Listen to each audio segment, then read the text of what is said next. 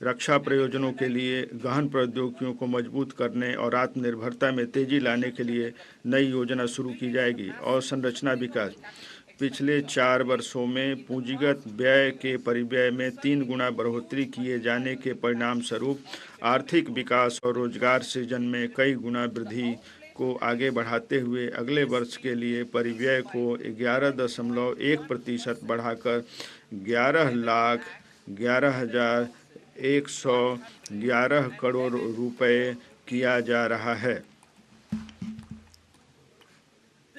यह सकल घरेलू उत्पाद का 3.4% होगा। रेलवे, 3 प्रमुख आर्थिक रेल गलियारा कार्यक्रम क्रियान्वित किए जाएंगे, जो इस प्रकार हैं: ऊर्जा खनिज सीमेंट गलियारा,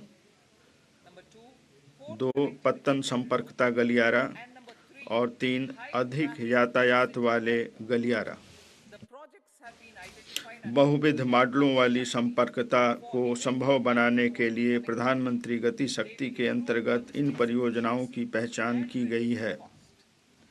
इनसे रसद व्यवस्था संबंधी कार्यकुशलता बढ़ेगी और लागत में कमी आएगी। इसके परिणाम स्वरूप अधिक यातायात वाले गलियारों में भीड़ कम होने से यात्री ट्रेनों के परिचालन में सुधार लाने में भी मदद मिलेगी और यात्री सुरक्षा और यात्रा की रफ्तार बढ़ेगी।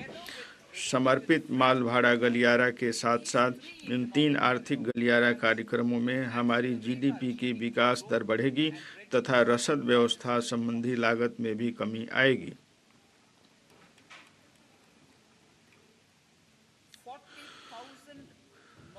यात्रियों की सुविधा, आराम और सुरक्षा बढ़ाने के लिए 40,000 सामान्य रेल डिब्बों को वंदे भारत मानकों के अनुरूप बदला जाएगा।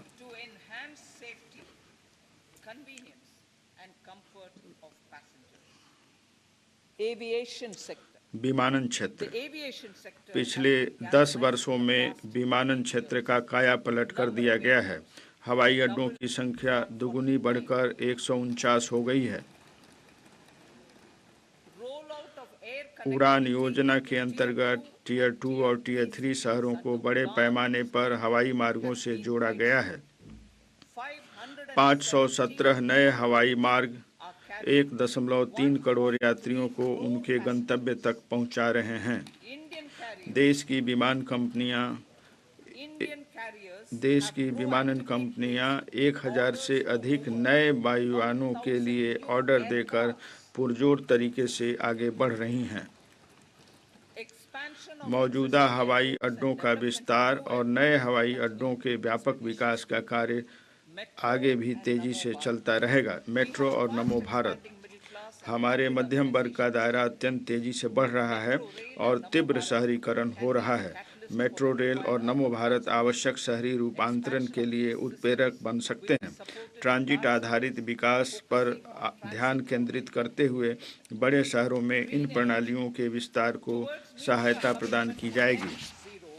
हरित ऊर्जा, 2070 तक नेट जीरो के प्रति हमारी प्रतिबद्धता को पूरा करने की दिशा में किए जाने वाले उपाय इस प्रकार हैं। 1 गीगावाट की शुरुआती क्षमता के लिए अपतटीय पवन ऊर्जा की संभावना को संभव बनाने के लिए व्यवहार्यता अंतर्निधियन की व्यवस्था की जाएगी।